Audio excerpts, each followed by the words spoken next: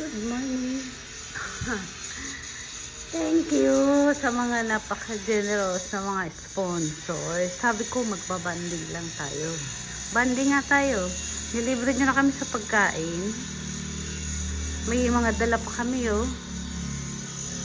May pabit-bit pa si Mayora. Mayora. Anyway, thank you so much sa mga sponsor kaini. Nito.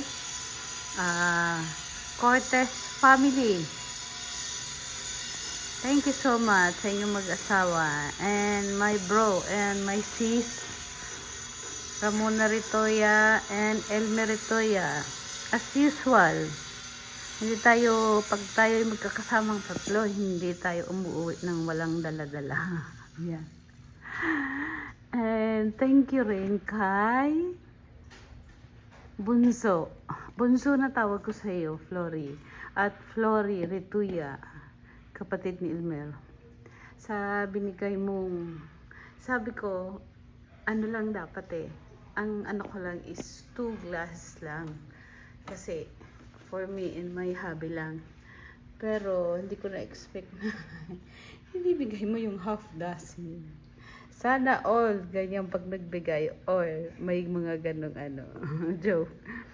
And with matching red wine pa siyang kasama. Thank you so much sa inyong mga pampataba ng puso. Oh, pampataba ng puso. I think kasi bangus is a healthy and fresh dahil from dagupan po ito. So, yun. Thank you so much sa inyong lahat. And I'm so grateful to my sisters. Sa batchmate kong itong napaka-generous mag-asawa. Salamat sa inyo. See you all next time.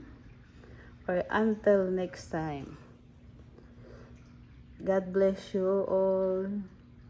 Stay healthy lang tayo para next time mas makagala pa tayo ng mas malayo. Mas malayo. Ano kapatid? Baguio? Salamat ng marami sa inyo.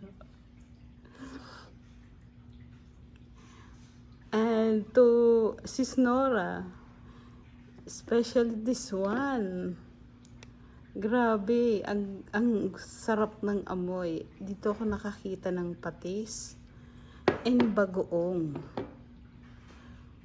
na hindi mabaho. Sa Bicol, di na ilan, di ba? Pero ito, as in, hindi siya yung mabaho talaga na pag binuksan mo is umaalingasa yung baho, yung ganun. Wala siyang ganun. So, napakagandang i-business nito. Thank you, sis.